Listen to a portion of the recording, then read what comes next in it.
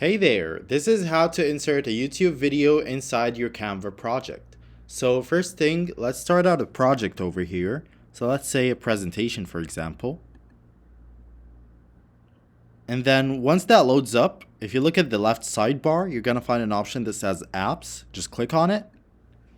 Then in the search bar, just type embed. Hit enter.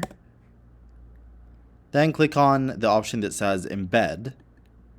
Then what you're going to need to do is paste the URL of the video that you want to link to your Canva project. So I have a video here of Roblox, the 21 Pilots concert. So I'll just copy the link.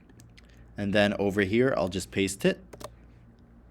Then I'll click on Add to Design.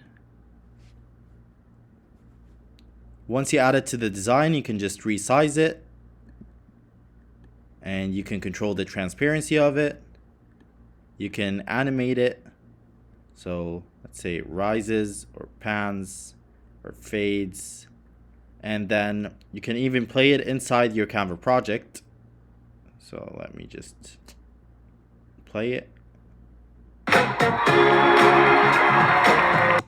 And with that, you're all set. Hope that video is helpful.